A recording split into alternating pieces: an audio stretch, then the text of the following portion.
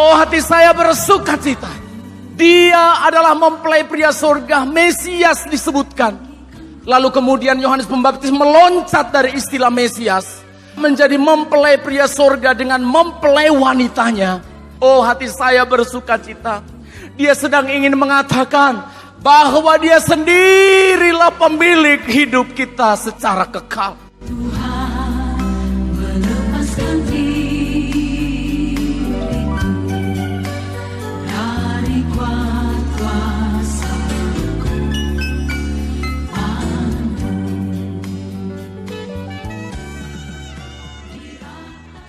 Yohanes Pembaptis menggeser, membalikkan cara berpikir itu.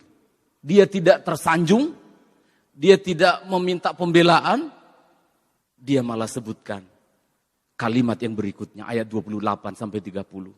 Yohanes pasal yang ke-3 tadi, ayat 28 sampai 30.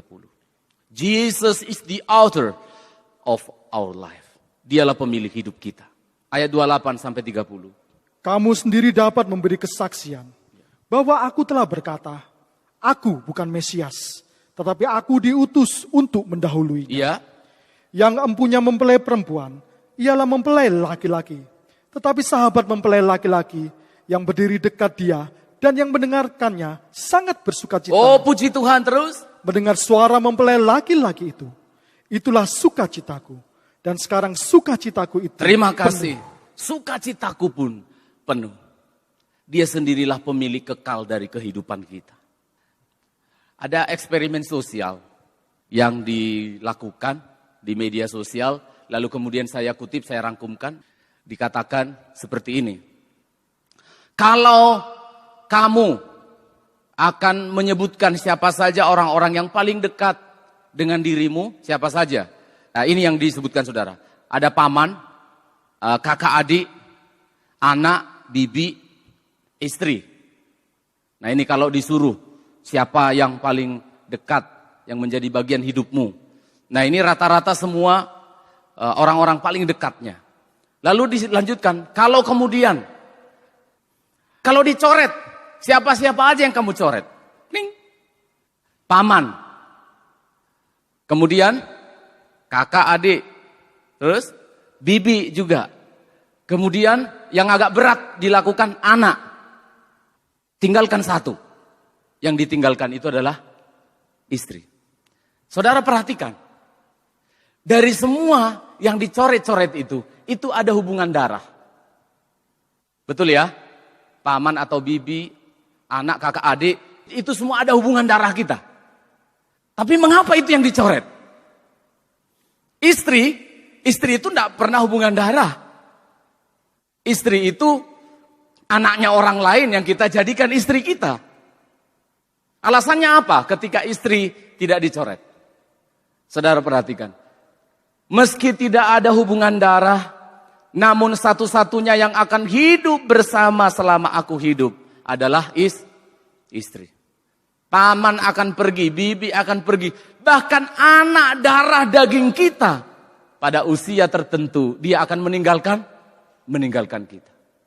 Saudara perhatikan, istri itu adalah bagian katanya dari bagian hidup kita. Tapi saya mau tanya, berapa lama kamu dengan dia? Ayo jemaat yang di rumah boleh jawab juga. Atau boleh sambil lihat pasangannya. Berapa lama kau ya sama aku ya?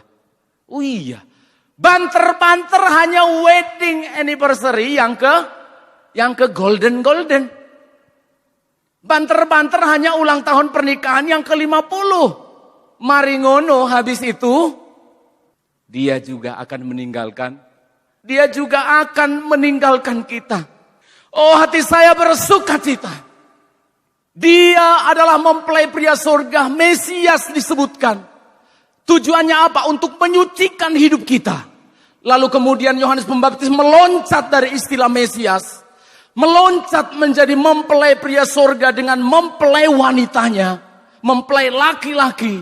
Oh, hati saya bersuka cita. Dia sedang ingin mengatakan bahwa dia sendirilah pemilik hidup kita secara kekal. Dia adalah pemilik hidup kita secara kekal.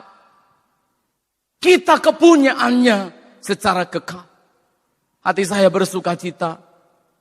Yang empunya mempelai wanita adalah mempelai pria. Istilah Mesias yang menyucikan, dia lompat kepada istilah mempelai pria. Saudara perhatikan, ini walaupun terjadi lompatan istilah yang digunakan oleh Yohanes Pembaptis, tetapi saling berhubungan. Mesias itu berbicara yang diurapi, the chosen one, orang yang ditetapkan, tidak boleh ada yang lain.